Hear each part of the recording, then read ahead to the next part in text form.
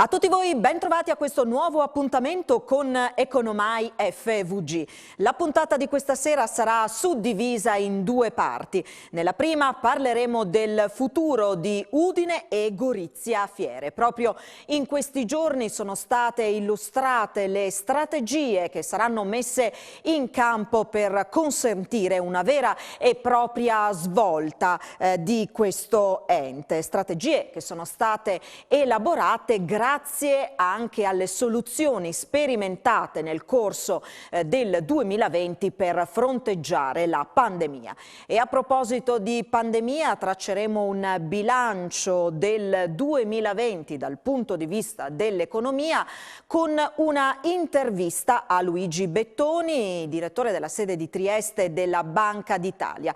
Un'intervista che ha concesso in esclusiva a Telefriuli a pochi giorni dal suo pensionamento. Ci racconterà che, nonostante il 2020 ci abbia lasciato in eredità un crollo del PIL del 12%, ci sono comunque le condizioni per guardare al 2021 con ottimismo. Ma cominciamo da Udine e Gorizia Fiere. Abbiamo incontrato nel capoluogo friulano l'amministratore unico Lucio Gomiero e il presidente della Camera di Commercio Pordenone Udine, Giovanni D'Apozzo, che è socio di riferimento dell'ente. Partiamo da qui.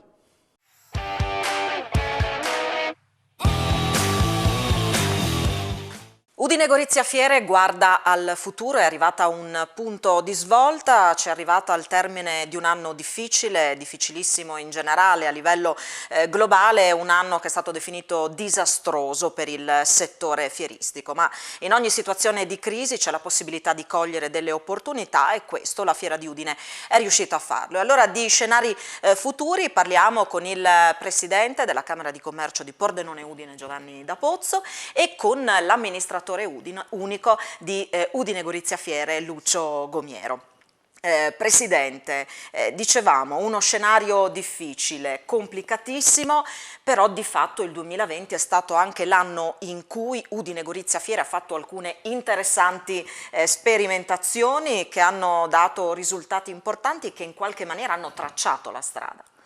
Sì, il 2020 anno horribilis per l'economia e per le imprese, ma Ente Udine e Gorizia Fiere probabilmente chiuderà non in negativo o saremo a ridosso, quindi non vedremo quei numeri estremamente negativi degli anni passati, riparte con una ridefinizione strategica delle proprie attività e quindi nell'anno più terribile, negativo per l'economia mondiale, nazionale, friulana e quindi anche del nostro territorio, almeno una notizia positiva che grazie in modo particolare alla capacità dell'amministratore unico inserito in un contesto anche favorevole, perché era inutile continuare a parlare di fiere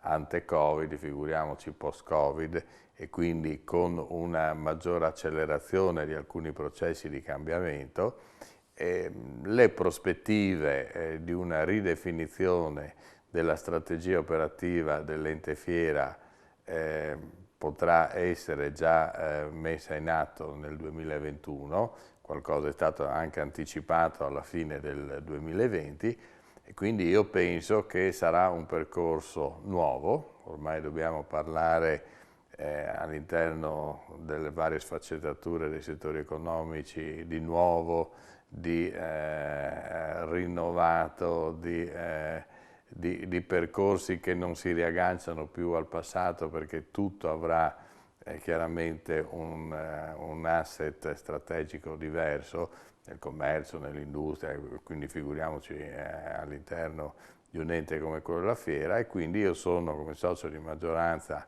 quasi assoluta, molto fiducioso per il percorso intrapreso. E allora abbiamo delineato un po' quello che sarà il futuro della fiera. Il contesto è quello dell'ente fieristico unico a livello regionale, poi dopo c'è il tema della riconversione, no? della Fiera di Udine.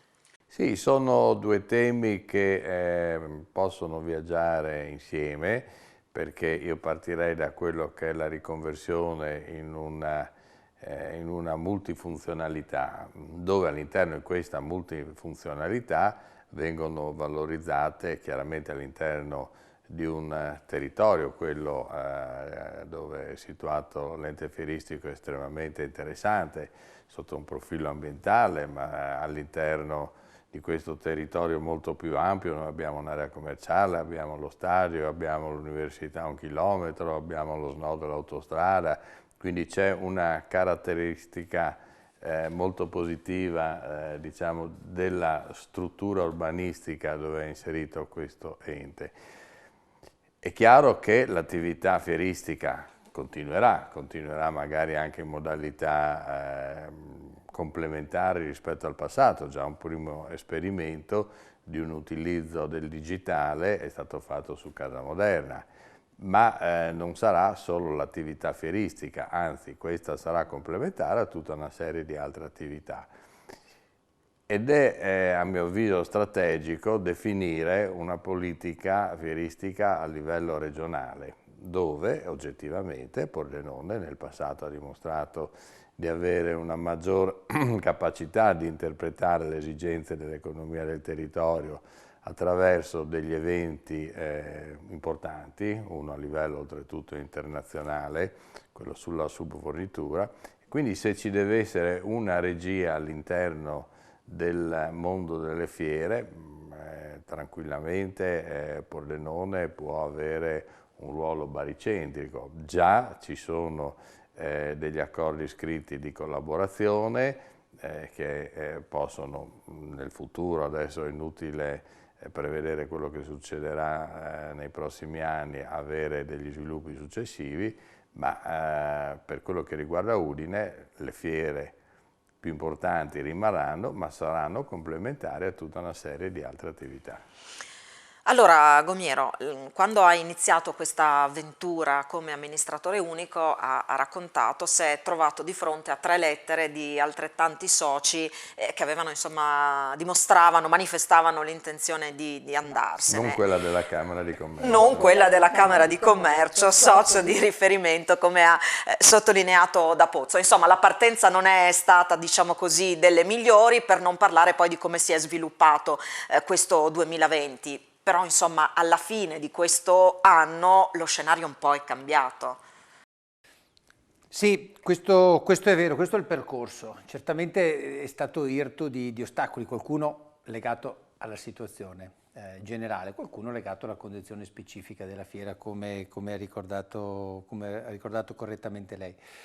Ma non ci hanno sorpreso questo inizio complicato, lo sapevamo. Però quello che ci riempie di orgoglio alla fine è che siamo arrivati tutti insieme, per cui oggi noi abbiamo un piano che disegna quello che vogliamo fare per il 21, 22, 23, che come diceva il Presidente Da Pozzo abbiamo già cominciato però a realizzare nel 20, in cui la compagine societaria è arrivata coesa. È arrivata coesa perché ha partecipato ai lavori, a volte informali, attraverso riunioni informali, attraverso assemblee, che hanno accompagnato questo percorso. Quindi questo percorso oggi non è in testa all'amministratore Lucio Gomiero, è in testa al team di lavoro della fiera, è in testa a tutti i soci ed è stato condiviso. Questo è importante perché il racconto diventa lo stesso. Questo è un ente che fa del business fieristico, ma è anche un ente che ha a disposizione un patrimonio importante per lo sviluppo dei servizi al territorio. E quindi è bene che il racconto non sia solo di una singola persona, ma di una pluralità. In questo senso un pizzico di orgoglio c'è. Ecco, nell'immaginare il futuro della fiera lei ha sottolineato, prima abbiamo individuato, abbiamo cercato le opportunità, successivamente abbiamo elaborato la strategia per sfruttare quelle opportunità. È un po' così, una volta si diceva bisogna fare i piani e poi attuarli. Io ci ho sempre creduto un po' poco, nel senso che bisogna, secondo me, mettere i ferri in acqua e capire se un piano funziona. Adesso più che mai in queste situazioni di incertezza, no? È la morte della pianificazione. Però lo stesso bisogna fare dei piani, bisogna avere delle idee, scriverle, condividerle, però dopo bisogna essere pratici e provare a vedere se funzionano. Quindi molte delle cose che abbiamo fatte sono nate, c'erano già, quindi abbiamo semplicemente pulito un po' il terreno perché scorressero, altre abbiamo provato e abbiamo visto che funzionavano, quindi da lì ne abbiamo fatto un telaio di sviluppo. Sto parlando dell'accordo con la sanità, per esempio, da questo punto di vista. Prima di sbandierare che faremo progetti mirabilanti abbiamo fatto un paio di cose molto concrete. Uno, i servizi di vaccinazione e di tamponi separati, e dall'altro abbiamo ospitato anche dei concorsi. Ecco, quindi esperienze molto, molto pratiche che hanno messo alla prova anche la tenuta non solo dell'organizzazione della fiera, che si sapeva che era in grado di poterlo fare, ma anche la tenuta sanitaria delle nostre procedure per quanto riguarda le attività complessive. Quindi fare strategia e realizzazione un po' mescolate insieme. Allora poi, prima di tornare nel dettaglio di quelli che sono i progetti, di quelli che sono i filoni, insomma, che avete individuato per guardare al futuro, partirei proprio dalla fine, cioè dal fatto che già questa settimana, lei ha sottolineato, si comincia a spendere il primo di quei 10 milioni di euro che sono rimasti fermi. Questo per dare l'idea che ci si sta muovendo anche, insomma, in tempi rapidi. Che cosa succederà? Beh, questo è stato un lavoro che nonostante il Covid è andato avanti, e quindi oggi possiamo, come dire, dopo tanti tentativi fatti negli anni, di cui ho beneficiato comunque di un lavoro pregresso, che ho sfruttato appieno anche da questo punto di vista, perché io nella mia idea di azienda c'è sempre un elemento di continuità, non c'è solo la disruption. Quindi ho potuto trovare delle progettualità, ho potuto trovare anche delle collaborazioni con chi mi ha preceduto, che hanno consentito di portare a termine la validazione di questi progetti. Ci sono 8 progettualità che riguardano la fiera, il complesso, 8 progetti tecnici, riqualificazione padiglioni, messa in sicurezza, abbellimento, eccetera, sono 8. Abbiamo preso i primi 4 e li abbiamo portati a termine fino ad arrivare al momento in cui potevamo affidare le opere. Quindi oggi succede questo, che questa settimana di questi primi 4 affidiamo il primo. Entro il 10 di febbraio le gare sono partite, chiudiamo le gare per l'affidamento del secondo blocco e poi gli altri 2 sono insieme e affideremo anche quello successivo. Quindi andremo a spendere i primi 100.000 euro questa settimana, entro il 10 di febbraio circa 1 milione e poi subito a seguire l'altro lotto che è di 1,6 milioni. E questo riguarderà una parte di messa in sicurezza della perimetrazione, riguarderà il padiglione 6 e 7 che sono il cuore della nostra fiera, che non vengono interessati certamente da altri impieghi in questo momento o da altre funzionalità, ma rimarranno dedicati al mondo 1 e 2, quello fieristico e quello degli eventi, e come terzo quello importante dell'ingresso nord, dell'ingresso ovest, dove dovremmo ripresentare una facciata nuova, non più un muro, un'accoglienza diversa a quella che è la fiera, perché la fiera è un campus che di fatto si presenta oggi con un muro. E allora andiamo a vedere quello che è successo nel 2020, perché abbiamo visto, lei lo ricordava, i padiglioni della fiera a ospitare qualcosa di diverso dal solito. C'erano i concorsi pubblici, ci sono stati appunto i tamponi, abbiamo visto un'edizione di Casa Moderna diversa dal solito, che è stata veramente un laboratorio di grandi sperimentazioni, e in piena emergenza Covid si era parlato degli spazi della fiera come un'opportunità per offrire nuovi spazi, in particolare agli studenti delle scuole superiori che in qualche difficoltà erano. E allora, proprio a partire da questo 2020, da quello che è successo, voi avete individuato 3 linee di business per quanto riguarda la fiera. Quindi ci sarà l'attività fieristica, quella tipica, tradizionale, poi convegno, comunque altri eventi da ospitare negli spazi della fiera, e poi questa famosa riconversione della quale abbiamo parlato, che troverà uno spazio anche per il campus, per la formazione 4.0. Tante idee in campo. Allora, sì, abbiamo diviso un po' il nostro business, le nostre attività su questi 3 fronti. Ci tengo a sottolineare che noi il primo, quello dell'organizzazione di eventi fieristici, continueremo. Cioè, abbiamo dato prova con Casa Moderna l'anno scorso di aver tenuto i flussi e il business dell'anno prima e quest'anno di essere riusciti a organizzare ciò che si faceva in 6 mesi, organizzarlo in 2 mesi. Quindi bravi noi, ma bravi soprattutto la risposta che abbiamo avuto dagli espositori, dal territorio, dalla collaborazione con la Camera di Commercio, per fare ad esempio la parte digitale che accennava prima il Presidente. E quindi noi continueremo su quel fronte. Certamente la parte del mondo del food vorremmo fare qualcosa di importante, lo dobbiamo fare anche con Pordenone, noi abbiamo Good, loro hanno la fiera Cucinare. C'è un tema agricolo, Agriest, Rive, ma c'è anche un tema bosco. Bosco è una risorsa ancora poco sfruttata e noi ne abbiamo un sacco di bosco nella nostra regione. E quando parliamo di eventi bisogna avere il coraggio di guardare anche chi ci sta intorno, perché chi ci sta intorno è anche un'Austria e una Slovenia, quindi la capacità magari di pensare qualcosa anche con loro. Già non è facile, ma sono percorsi che si possono realizzare. Quindi noi continueremo su quel fronte perché alcune filiere che sono anche realtà produttive vanno presidiate anche con degli eventi ancillari e di supporto. Quindi il mondo dell'arredo, del mobile è un settore cruciale per questa regione e noi lo vogliamo accompagnare con le migliori tecnologie messe a disposizione di informazioni digitali o sul design come abbiamo fatto. All'estremo opposto, la riconversione di alcuni padiglioni, che noi poco usiamo, perché questa è la realtà di fatti, noi usiamo pochissimo, quindi è uno spreco di talenti, questo è proprio uno spreco. Noi abbiamo pensato, individuato, anche sulla scorta di alcune suggestioni, perché quando sono arrivato, per esempio, la riconversione del padiglione 1 per la formazione sull'artigianato digitale, qualcosa già che era in un pourparlers, l'abbiamo concretizzato in un accordo che prevede coinvolgimento della parte di istruzione della regione, lo IAL, questa azienda che si chiama Carrozzeria Digitale, nata nel 1840, qualcosa del genere, che formerà ragazzi diplomati ma anche neolaureati su tutto quello che sono le tecnologie 4.0 per realizzare pezzi di auto, pezzi di barca. Questo è quello che faremo, una scuola in qualche maniera lavoro. Sulla scorta di questo, molto pratico, che avevamo fatto sul padiglione 1, è nata poi l'idea di poter ragionare anche sul mondo delle scuole. Devo dire che è stata una proposta che ci è arrivata da questo punto di vista, ma si è incanalata esattamente in un palinsesto di ragionamento. Ecco perché dicevo che c'è una strategia ma anche realizzarla.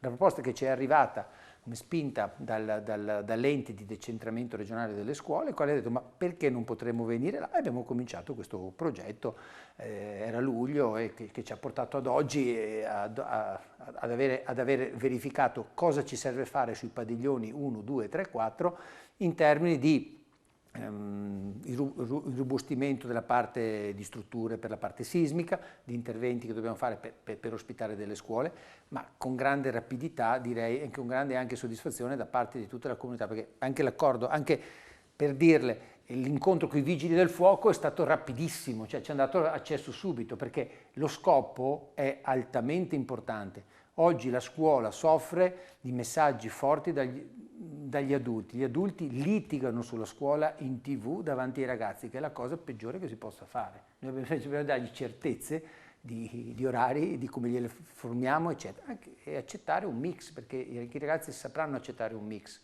di fisico e di digitale, però non serve litigare. Quindi questa secondo noi è una traiettoria che si è accentuata in questa fase, ma è una traiettoria di futuro.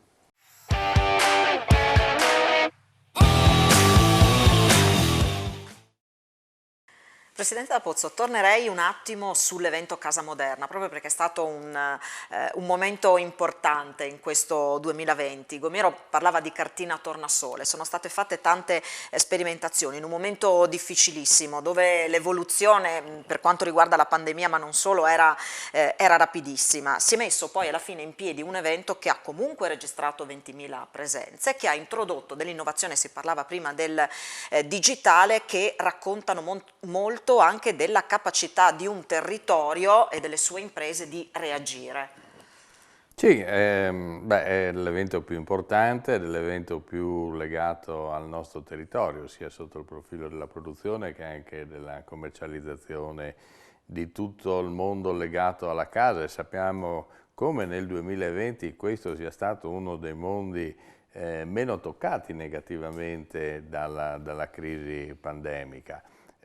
Dovendo stare a casa abbiamo valorizzato la casa, quindi l'abbiamo un po' rimessa a posto, abbiamo cambiato qualche mobile, chi aveva la casa più grande magari ha fatto qualche miglioria nei giardini e quant'altro, quindi la casa è diventata il baricentro, volente o nolente, della vita nel 2020 e penso che sarà anche nel 2021. Infatti se noi chiediamo sia ai produttori manifatturieri ma anche ai commercianti come sono andati ai business nel 2020, non ho sentito grosse lamentele e quindi è stato un momento importante che ha trovato anche, eravamo in una fase, adesso non mi ricordo in che periodo, se eravamo giallo, verde, viola, arancione, ma era un periodo mi sembra abbastanza favorevole per gli spostamenti, se mi ricordo bene, in questa lotteria dei colori e quindi la gente ha potuto muoversi, uscire, venire a vedere. In più abbiamo unito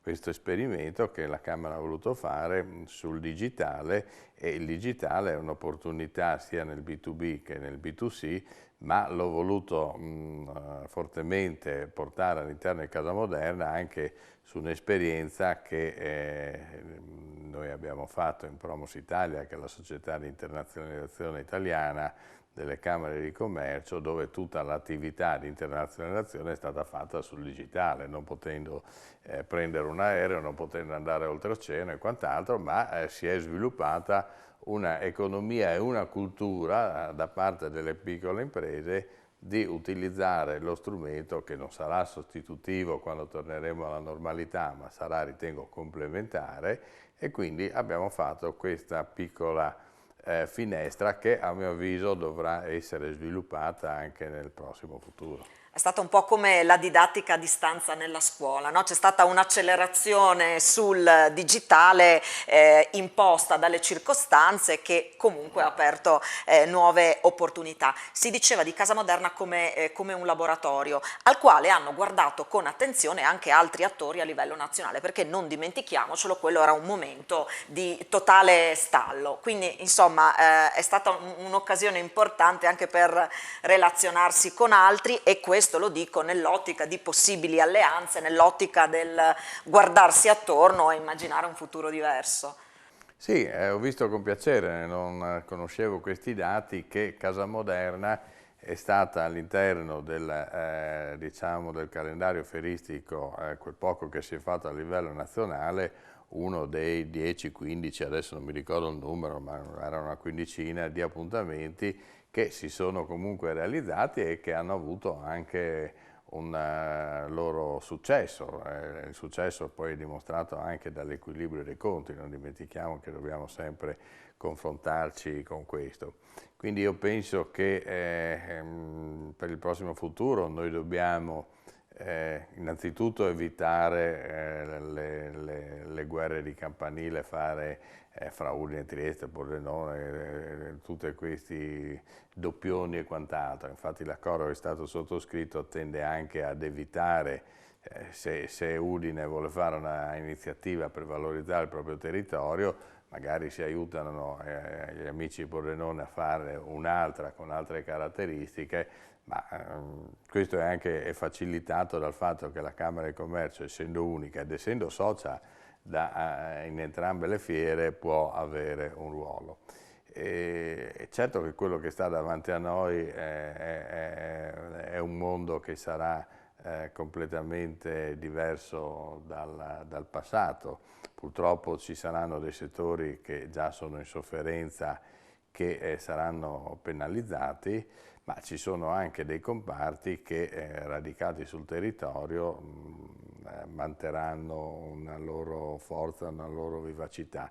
Ecco, si tratta solo all'interno di questo nuovo contest chiamiamolo, sarebbe bello anche cambiare il nome, perché sennò Fiera di Udine mi sa un po' bello, glorioso, riguarda il passato, però non interpreta quello che si vuole costruire, cioè la multifunzionalità. Un giorno scherzando con l'amico Gomier le ho detto, ma c'è a Parigi la Villette, che è un bellissimo una cosa sì, mega, adesso ogni tanto bisogna anche viaggiare con la fantasia, però dove si realizzano eventi, dimostrazioni, fatti culturali, momenti dove la gente va anche a passeggiare e quant'altro, perché in effetti la fiera è inserita in un contesto ambientale molto bello.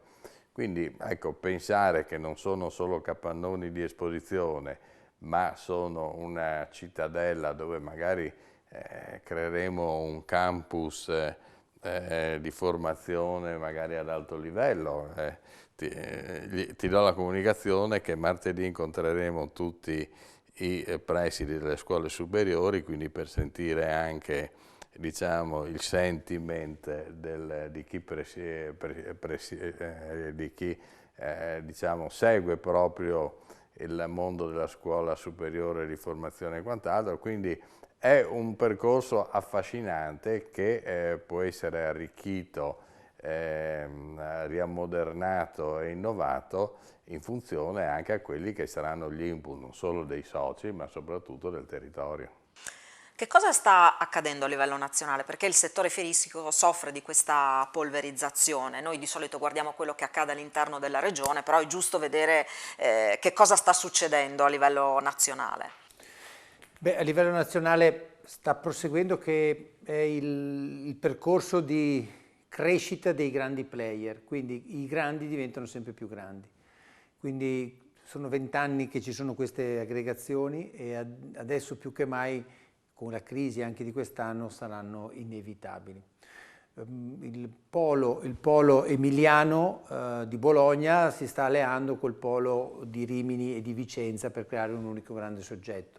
Se questa operazione, come pare, al netto di alcune schermaglie che stanno andando in onda in queste settimane, si realizza, diventerà il polo più grande, addirittura più grande di Milano. Però è un business complicato perché comunque abbiamo visto che negli anni scorsi che è molto difficile portare poi utili da questo punto di vista, perché sono pochi gli eventi che effettivamente sono inutili. Poi è chiaro che le fiere hanno anche una valenza di indotto e quindi da questo punto di vista diventano importanti, ma non solo di indotto ma anche per posizionare. Ecco perché dicevo che c'è spazio anche per il futuro, per fiere grandi, sì, ma eventi che siano anche più locali perché comunque possono uscire più facilmente col digitale e andare a parlare al mondo. Se abbiamo qualcosa di importante da comunicare, se siamo bravi nel design dell'arredo, e qui facciamo la fiera dell'arredo, con un mix fisico-digitale ci porta a parlare con un pubblico molto più grande, molto più esteso da questo punto di vista. Ecco, questo è lo scenario, quindi da un lato quindi gli eventi fieristici si asciugheranno, avranno bisogno di meno mattoni, meno bricks, ma avranno bisogno di più clicks, perché è lì dove poi si passeranno le informazioni, dove si potranno fare le transazioni, dove si scambieranno anche i progetti. Questo è un po' lo scenario che c'è sull'Italia. Tutti parlano di digitale, lo do per scontato, di digitalizzazione. Tutti parliamo anche del fatto che ci sarà un mix, però bisogna realizzarlo questo mix. E noi vediamo che è complicato perché sapevamo organizzare una riunione in presenza, era facile, eravamo bravissimi. Organizzare un Teams e una Zoom siamo ormai diventati altrettanto bravi, ma provate a organizzare una cosa che sia un mix. Cosa sia un mix? È molto più complicato perché se si vuole garantire interazione, dibattito fra chi è presente e chi è lontano, devi avere dei sistemi non ovvi che nei primi due fronti. Quindi la combinazione richiede anche pensiero in più. La didattica a distanza è un tema importante, per esempio, ma oggi è prevista che sia quasi monodirezionale, è molto monodirezionale, è poco interattiva, per quello si soffre di più. Quindi abbiamo bisogno di fare evolvere le tecnologie, non è solo di connettersi. Se riusciamo a fare questi passi, riusciamo a farli anche nei nostri filieri di business, perché allora l'interazione diventa ricca, può diventare, come abbiamo visto noi, può diventare interattiva addirittura di entrare negli spazi virtuali come abbiamo sperimentato a Casa Moderna, ma soprattutto avere quella che è l'interazione, che in attesa che sia fisica uno può anche prendersi e sfruttare quella virtuale. Allora, visto che si parlava dell'importanza di avere un equilibrio economico, conti in ordine, per il futuro la fiera dove punta per i ricavi? Ma allora noi sul fronte delle fiere noi pensiamo di poter ripristinare nel giro di un paio d'anni quello che era un volume d'affari simile, anche se diverso nel mix di quello degli anni 18 e 19, quindi non qualcosa di clamoroso. Pensiamo di poter intensificare tutta quell'attività che è l'affitto temporaneo di spazi, quindi concorsi, quindi eventi, più o meno distanziati, come il centro congressi. I congressi si continueranno a fare e qui c'è sempre un mix, ma soprattutto io credo che poi non si andrà tanto lontano. La classifica del business congressuale, la città che di gran lunga vince è Barcellona. Io credo che un po' meno gente andrà nel mare di Barcellona, spero che magari qualcuna venga in qualche collina di Udine o nel mare di Trieste. Questo è un po' il nostro obiettivo. E l'altra fonte di ricavi, per rendere che più stabile, è gli affitti degli spazi che convertiremo, dei padiglioni, 1, 2, 3, quel gruppo là, i quali dovrebbero dare una stabilità di ricavi maggiore. Lei ha parlato anche dell'accoglienza legata al business, citando poi anche il ruolo di promoturismo. Cosa immaginate? Noi abbiamo un progetto che si chiama Convention e Visitor Bureau regionale. Punto. Questo è un tema che abbiamo da sempre, e qui avevamo anche fatto dei passi in avanti, adesso con il 2020 lì abbiamo dovuto frenare, purtroppo. Però la visione è questa, quindi un'unica promozione di un'offerta di business congressuale per Trieste, per Udine, per le varie località che comunque hanno spazi oggi, perché Grado, Lignano hanno questo tipo di spazi, bisogna poterli offrire, al di là di quelli che poi ciascun albergo può offrire. Qui magari c'è da lavorare. Noi oggi in Regione abbiamo l'opportunità di avere questo nuovo centro di Trieste, ovviamente che ha una dimensione da 1500 posti, però ha potuto semplicemente fare un evento che si chiama ESOF e poi ha richiuso al momento i battenti. Ma noi stiamo lavorando proprio sul palinsesto regionale. E oggi, ad esempio, i siti sono stati rinnovati, per cui abbiamo riaggiornato tutta l'offerta della regione, ma dobbiamo essere ancora più forti e orgogliosi, perché qui abbiamo il vantaggio di poter portare aziende, poter portare presenze e allo stesso tempo di fargli fare delle esperienze molto rapidamente, di mare, di montagna, di enogastronomia. Un po' questo che noi dobbiamo puntare, perché si va rapidamente a fare più cose, quindi possiamo offrire a un gruppo anche 3 cose diverse, non semplicemente la gita in un posto. Le chiedo un'ultimissima cosa, gli eventi fieristici richiedono una lunga preparazione anche di diversi mesi. Da questo punto di vista l'assenza proprio di una pianificazione, di una programmazione legata anche all'incertezza alla quale ci ha abituato questa pandemia avrà di riverbero delle conseguenze anche sul 2021, per quanto gli appuntamenti clou principali sono poi nel secondo semestre dell'anno. Questo vi dà un po' di respiro? Sì, ci dà un po' di respiro, non ci toglie la preoccupazione. Abbiamo visto che siamo bravi anche a reagire e riorganizzare con tempi più corti, però allo stesso tempo l'evento più importante rimane Casa Moderna, è quello di ottobre. Poi Idea Natale, che aveva avuto un successo clamoroso nel Natale precedente, non era riproponibile quella formula. Abbiamo cercato che una formula più contenuta, ma era impossibile spostare gli espositori più interessanti che venivano da altre regioni, banalmente. Ecco, non era tanto un tema di organizzare i flussi, perché avevamo trovato anche la maniera, il problema di garantire una certa qualità dell'offerta, perché quello che aveva reso di successo Idea Natale 2019 era che c'era qualcosa di migliore degli anni precedenti. Quindi noi continueremo la pianificazione, ma allo stesso tempo andremo avanti col pensare e immaginare anche momenti, eventi da questo punto di vista digitali, per poter continuare a tenere attiva le nostre filiere, le nostre collaborazioni con i cluster, con il mondo alimentare, con il mondo dell'arredo.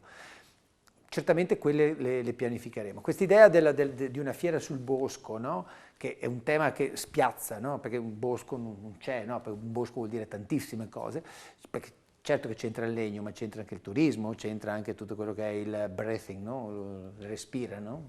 Che va un po' per la maggiore in questo momento, dove il Covid colpisce i polmoni.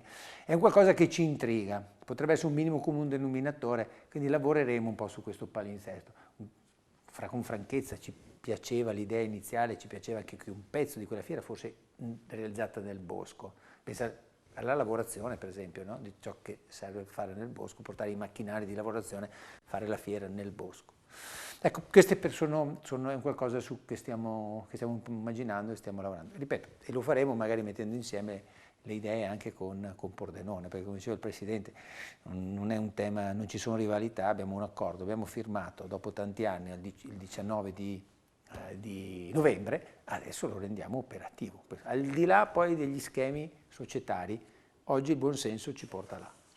Per chiudere, Presidente D'Apozzo, pare di capire che non bisogna mai smettere di rimboccarsi le maniche, è però altrettanto importante ragionare con una visione, quindi in prospettiva. Mi pare che questi elementi non mancano, insomma le premesse sono buone. Le premesse sono buone per ragionare in termini diciamo di evoluzione futura in tutti i comparti, nell'economia, nella scuola e quant'altro. Poi bisogna avere le persone giuste. Allora vi ringrazio per averci raccontato quello che sarà di Udine Gorizia e Fiera e naturalmente buon lavoro a questo punto. Grazie. Grazie.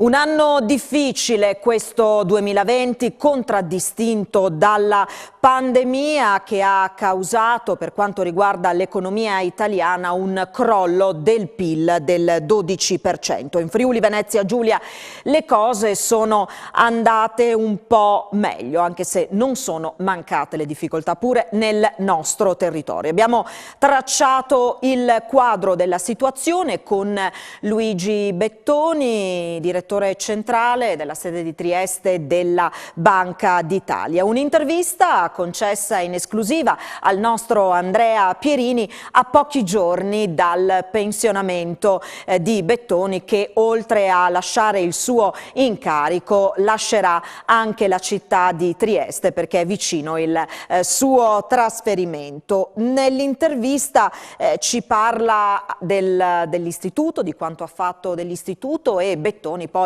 getta lo sguardo anche al futuro. Ritiene che in questo territorio ci siano le condizioni per guardare al futuro con ottimismo, questo grazie in particolare alla capacità di innovare che contraddistingue le imprese del territorio. Sentiamo allora l'intervista a Luigi Bettoni.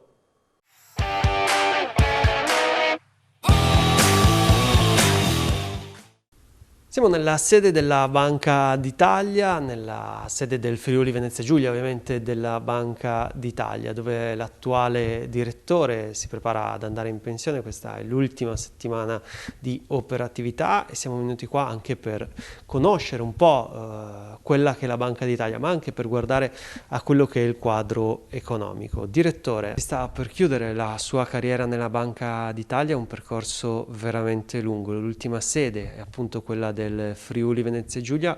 Le chiedo subito quali emozioni dopo questi tanti anni all'interno della Banca d'Italia, e mi ha detto che è entrato nel 1979, come è cambiato l'istituto in questi anni?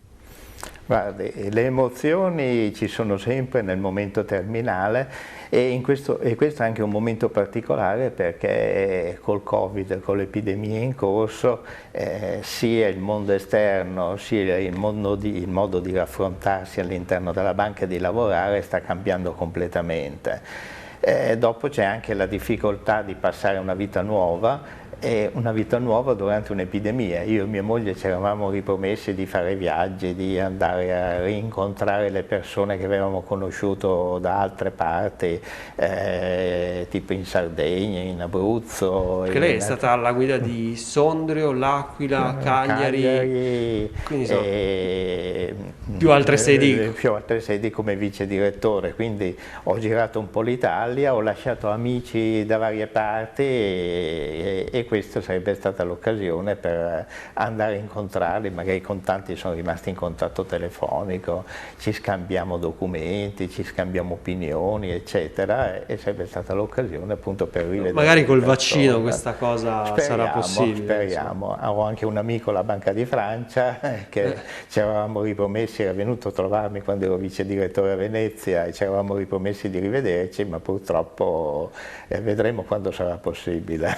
Facciamo anche una premessa che abbiamo fatto all'introduzione, è sempre bene ripartirlo, stiamo mantenendo le distanze di sicurezza, io sto indossando la mascherina, quindi insomma è anche bello che ogni tanto si veda il labiale, soprattutto in questi momenti, insomma che non ci sia sempre la mascherina a proteggerci, se vengono rispettati chiaramente gli standard di sicurezza. Le distanze, eccetera. Come è cambiata la Banca d'Italia dal 1979 a oggi? E che ruolo ha oggi? Qual è il futuro della Banca d'Italia? Beh, guardi, brevemente la Banca d'Italia intanto ha 100 anni, più o meno sanno tutti come è nata, come banca di emissione, inglobando le banche degli stati pre-unitari italiani, e quindi la funzione principale era l'emissione delle banconote.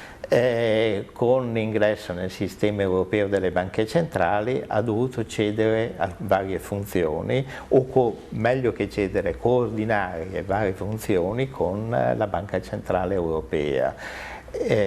Questo ha fatto dire spesso che la Banca d'Italia non faceva più nulla perché le funzioni le svolgeva la Banca Centrale Europea. Questo non è vero, perché se vengono coordinate significa che magari una delle funzioni di politica monetaria viene decisa dal Presidente, da Draghi quando era Presidente della BCE, eccetera, ma con l'aiuto dei governatori dei vari paesi, con gli input che provenivano dai vari paesi, e quindi la politica monetaria doveva tener conto anche delle funzioni, delle indicazioni che dava e che dà tuttora il governatore Visco. Quindi una delle funzioni della politica monetaria.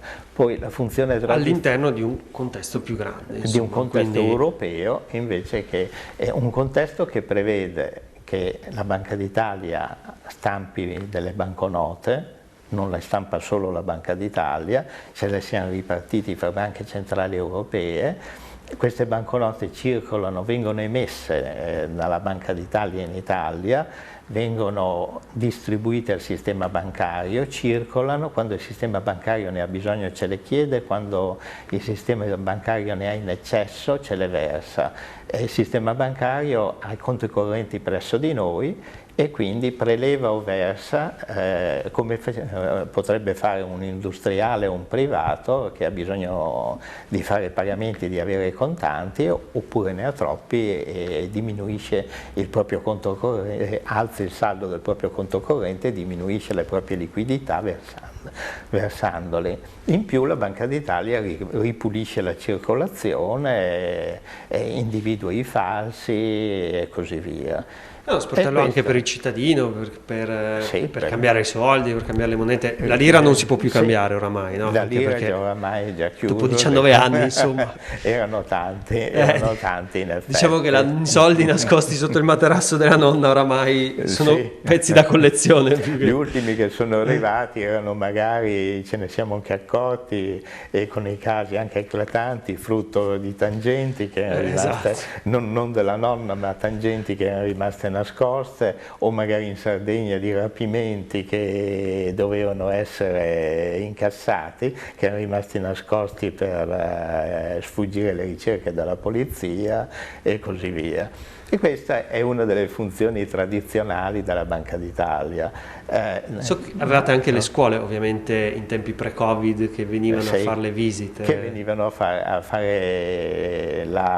conoscere il mondo delle banche. A conoscere l'economia, perché una delle cose che si è visto, che in Italia in modo particolare, ma c'è un po' di ignoranza. C'è molta ignoranza, sia fra i grandi sia fra i piccoli, e quindi si è deciso ovviamente di cominciare questa opera capillare nelle scuole, di far conoscere l'economia, di far conoscere il funzionamento del sistema monetario, del sistema dei pagamenti, perché un'altra delle cose che fa la Banca d'Italia e che non appare presso il grande pubblico è la gestione del sistema dei pagamenti europeo in collaborazione con la Bundesbank, nel senso che tutti i pagamenti interbancari sono gestiti telematicamente, dagli elaboratori di queste due banche centrali in tutta Europa e dell'Europa verso delle banche europee verso il mondo. Questo adesso si fa con i computer, una Tutto volta computerizzato. immagino che si facesse con i sacchi di soldi famosi. Con gli spostamenti materiali e con le partite registrate. Quando sono entrato io in banca nel 79, anche i cassieri della Banca d'Italia avevano dei grossi documenti di carta dove segnavano tutte le operazioni giornaliere, oggi per entrate, fortuna uscite. Adesso hanno un computer davanti e registrano tutto. So che nella Banca d'Italia di Roma c'è anche la cassaforte italiana, Sì. insomma, il famoso oro che Dove ci c'è consente. il famoso oro, una parte del quale è vincolato a garanzia dell'euro, esatto. e una parte del quale invece è una riserva libera. Che è quello che ci consente, insomma, di vivere, vivere. di avere la tranquillità della solidità della moneta. Poi un'altra delle funzioni della Banca d'Italia, che una volta era molto più visibile ma che esiste ancora, è il servizio di tesoreria per conto dello Stato. La Banca d'Italia esisteva in ogni regione ma anche in ogni provincia, perché doveva fare i pagamenti degli stipendi agli statali e tutti i pagamenti e gli incassi che lo Stato aveva da fare. Le famose tasse, delle imposte, tutti i pagamenti dei servizi che lo Stato commissionava, eccetera. E una volta erano fatti agli sportelli della banca. Una volta il giorno dei pagamenti o degli stipendi c'era la coda nel salone della Banca d'Italia. Il famoso 27 del mese, insomma. Appunto, degli statali che venivano a incassare le loro buste paga. Adesso tutto questo non si vede, i saloni rimangono deserti, ma non significa che non ci sia lavoro, perché tutto il lavoro è automatizzato e tutta questa massa di pagamenti vengono gestiti fra MEF, Ministero dell'Economia, e Banca d'Italia attraverso questi sistemi telematici e arrivano direttamente sui conti, sui conti correnti, oppure i versamenti fatti dai cittadini con dei bonifici telematici arrivano sui conti dello Stato, sui conti della Ragioneria Centrale dello Stato, e quindi sia di imposte sia di pagamenti vari, eccetera. Cioè si è spostato tutto sul computer alla gestione della moneta elettronica.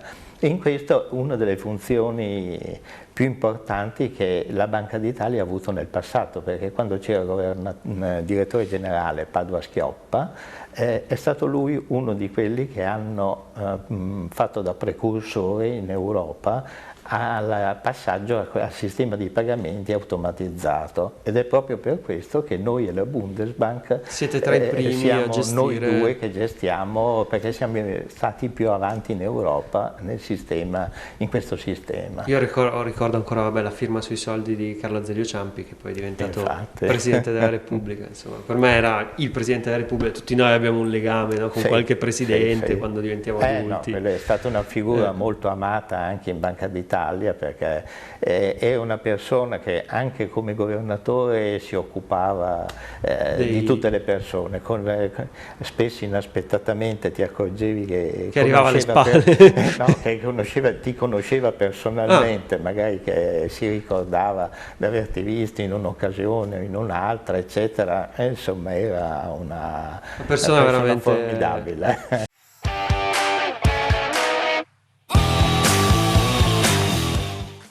Una delle funzioni che poi avete come Banca d'Italia, che fate 2 volte all'anno, è quella un po' che presenta il quadro economico di una regione.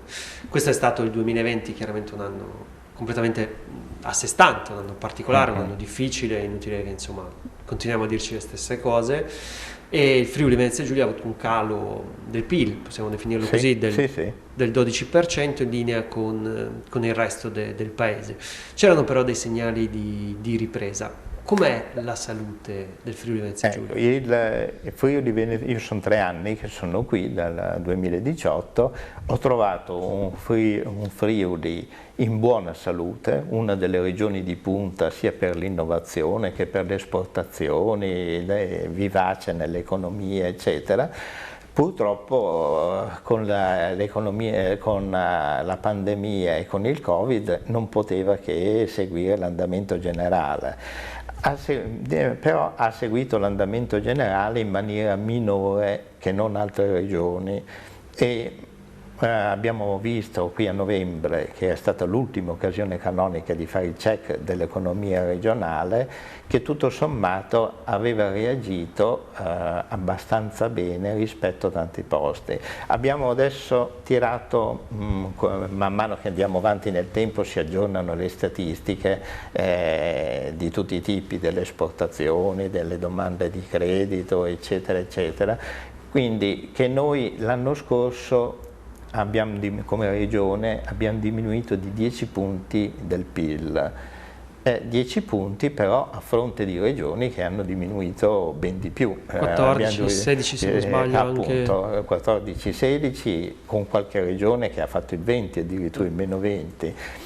La questione è che purtroppo dalle ultime previsioni che facciamo è che la pandemia sta perdurando e quindi noi pensavamo e avevamo detto a novembre che nel 2021 se andava bene, se riuscivamo a bloccare questo periodo, potevamo avere un rimbalzo che poteva toccare anche 5 punti percentuali, quindi recuperare sui 10 punti persi 5 punti. Adesso sta tutto a vedere che cosa succederà.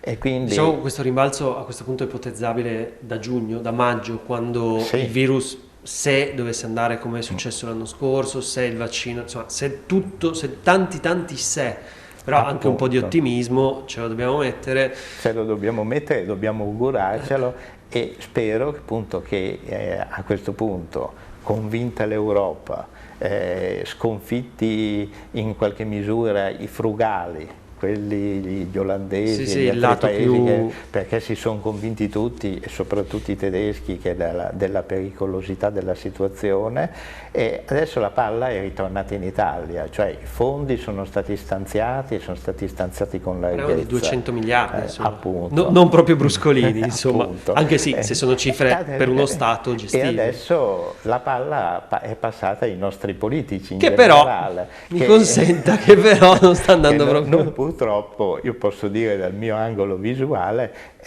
l'Italia è sempre stata un po' la Cenerentola dell'Europa nello spendere i fondi, cioè noi ci facciamo stanziare, siamo magari bravi nel trattare, il governo Conte è stato bravo nello strappare una cifra così importante. Adesso deve spenderla però, perché se le cifre rimangono non spese, e purtroppo l'Italia è molto indietro sempre nello spendere i fondi europei. Questo è un problema vecchio come il mondo. Sì, già come gestione ordinaria, quindi come gestione straordinaria, dove i fondi si sono decuplicati, bisogna prenderli e spenderli. Non dico l'helicopter money che ipotizzavano degli economisti e così via, di buttare i soldi. In questo senso se la sente di fare... utilizzarli nell'economia in progetti validi, quello è un impegno preciso che la politica deve fare. D'altra parte però c'è anche il problema che se si verifica una lentezza nella vaccinazione e quindi nel rientro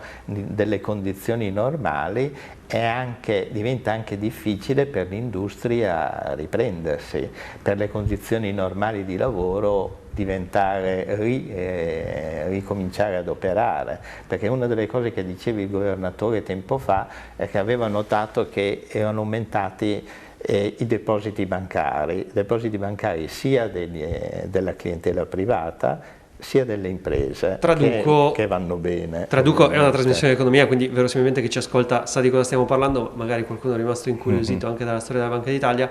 La gente non spende. Le imprese non fanno investimenti, questo vuol dire un'economia stagnante, giusto? Sì, ma infatti il governatore un mese fa, mi pare, in una delle sue locuzioni pubbliche, ha invitato a spendere. Certo che è comprensibile che la gente non spende, e noi l'abbiamo anche notato nei dati, cioè i privati non spendono per l'incertezza, perché hanno giustamente paura di dire: se io domani perdo il lavoro o sono una partita IVA, cosa succede? Oppure anche per la stessa situazione di chiusure varie, perché la gente normale spende, anch'io, lei, per mangiare, per bere, per andare fuori, al ristorante, per comprare dei vestiti nuovi, per fare dei viaggi, per fare il fine settimana. Però se tutte queste occasioni vengono a mancare, uno poi anche se ha i soldi li tiene da parte. Se poi uno ha il problema del lavoro, di perdere il lavoro, e qui un terzo delle persone ha problemi di lavoro. Anche perché l'economia del Friuli Venezia Giulia, il 13% è basato sul turismo, che poi Sì, presumo che sia un appunto. dato che si estende tutto un rigiro a tutto il comparto, insomma. Appunto, tutto un rigiro di soldi che è venuto a mancare nei servizi, nel turismo e così via. E poi dal punto di vista delle imprese, le imprese spesso hanno chiesto ovviamente più credito. Il credito alle imprese alla fine dell'anno è aumentato del 18% in generale. Grazie anche, ricordiamo, ai finanziamenti a tasso zero, sì, che sono stati erogati come misure emergenziali. Infatti nel Friuli 2,5 miliardi sono stati erogati di prestiti agevolati e ci sono fondi regionali pronti per essere spesi, che sono stati da impiegare in infrastrutture e così via. Però dicevo, se un'impresa lavora al 40% delle proprie capacità produttive, anche se ha soldi, li tiene sul conto corrente come un privato, perché non fa in questo momento un investimento per rinnovare gli impianti, per potenziare una linea, per creare delle cose nuove, eccetera, perché sta lavorando col motore al minimo. E quindi allora, giustamente c'è questo attimo di stallo che sta bloccando. E notiamo che stiamo tenendo sia i privati sia le imprese che hanno soldi e quindi non sono strettamente in difficoltà con i soldi in deposito. Infatti i depositi sono aumentati del 12% a fine anno, a tasso zero praticamente, perché nessuno sta prendendo interessi. Sì, anche perché gli interessi bancari sono molto bassi. Sono bassissimi, non sono mai stati così bassi proprio per questa massa di denaro che c'è nelle casse, che è stato fatto dalla Banca Centrale Europea e dall'Unione Europea e così via, eppure vengono tenuti. Questa però è un po' la cultura italiana, quella di tenere i soldi. Sì, che in questo momento si è acuita ancora di più per l'incertezza, perché ad esempio i crediti dei privati sono aumentati dell'1%, quelli delle imprese del 18%, ma i privati dell'1%, quindi vuol dire che i privati stanno rinviando l'acquisto dei beni, della macchina, dei mobili di casa, dei mobili e anche degli immobili. Stanno una situazione attendista che è comprensibilissima in questa situazione. Quanto ha salvato l'economia il non aver fermato le fabbriche almeno durante la seconda ondata? Cioè in Friuli, vabbè, la storia del Friuli la conosciamo perché dopo il terremoto si è ripartiti proprio dalle fabbriche. Sì. Dopo la pandemia, dopo la prima ondata, che chiaramente era difficilissima da gestire, non si conosceva, c'erano tanti dubbi, anche la politica si è trovata in una situazione difficile, oggettivamente, al di là di come uno la possa pensare. Quanto è stato importante cercare poi di non fermare più le fabbriche, almeno in quel senso? È stato importante perché ci siamo trovati meglio delle altre regioni, perché come dicevamo prima, al posto di un crollo del PIL del 12%, con punte del 20%, noi abbiamo avuto un crollo del 10%. Ricordando che comunque è una regione dove il turismo ha un ruolo non secondario. Dove i servizi sono stati disastrosi come in tutta Italia, i servizi turistici e come i servizi... 60% in meno addirittura. Infatti, però abbiamo ad esempio avuto la cantieristica che è rimasta positiva. Nonostante tutte le navi da crociera siano ferme. Sì, anche questo... Però gli ordini sono a lunghissima scadenza. È riuscito a mantenere gli ordini, a spostarsi, a diversificare nel militare, ad esempio, ha avuto ordini di navi militari da vari paesi del mondo, ovviamente col beneplacito del governo, ma questo significa che i cantieri continuano a lavorare. Ricordiamo anche il ponte di Genova, insomma, sul quale Fincantieri ha avuto un ruolo... Infatti, e su cui ha avuto un ruolo anche non di secondario, insomma. Creazione di infrastrutture, eccetera. Quello che ha sofferto di più è la parte del Friuli che era dedita alle esportazioni, cioè Pordenone, Udine, con le imprese rivolte all'export, alla meccanica, alla metallurgia e alla componentistica delle automobili, eccetera.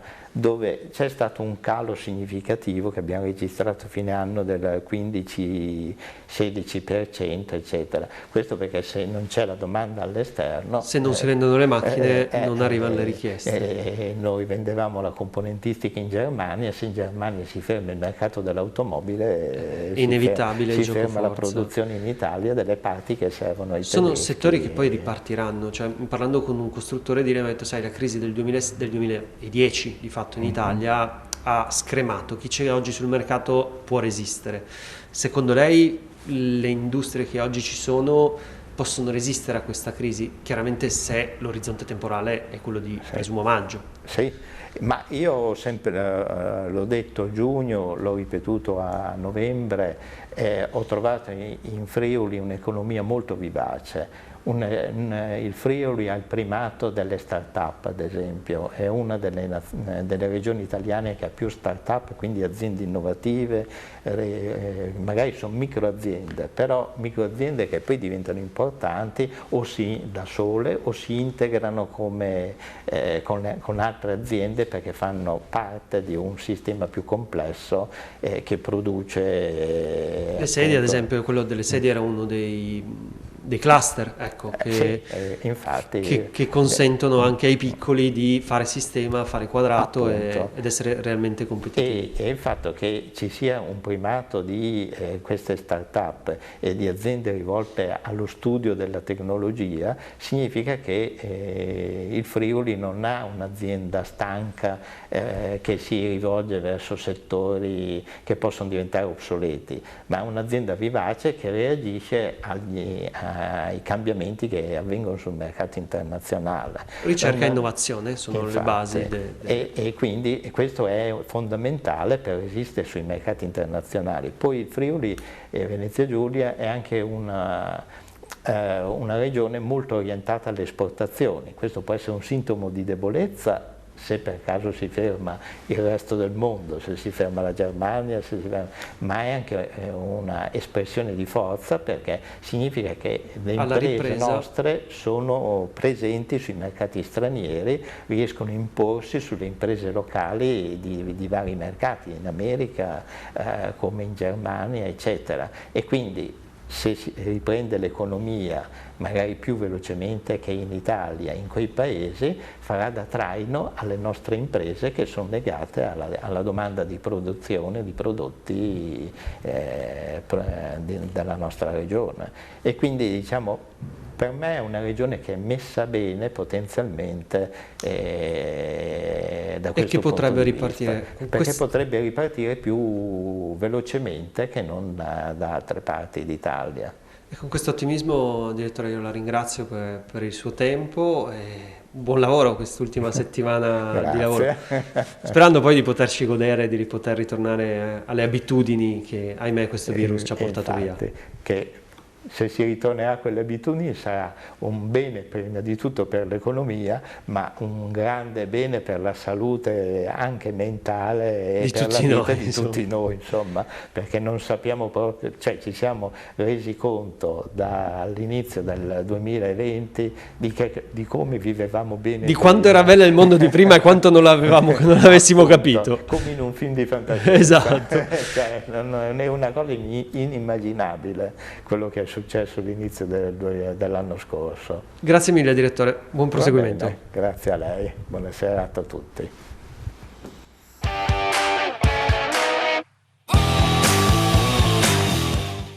È tutto per questa puntata di Economai FVG, grazie come sempre per averci seguito. Alla prossima!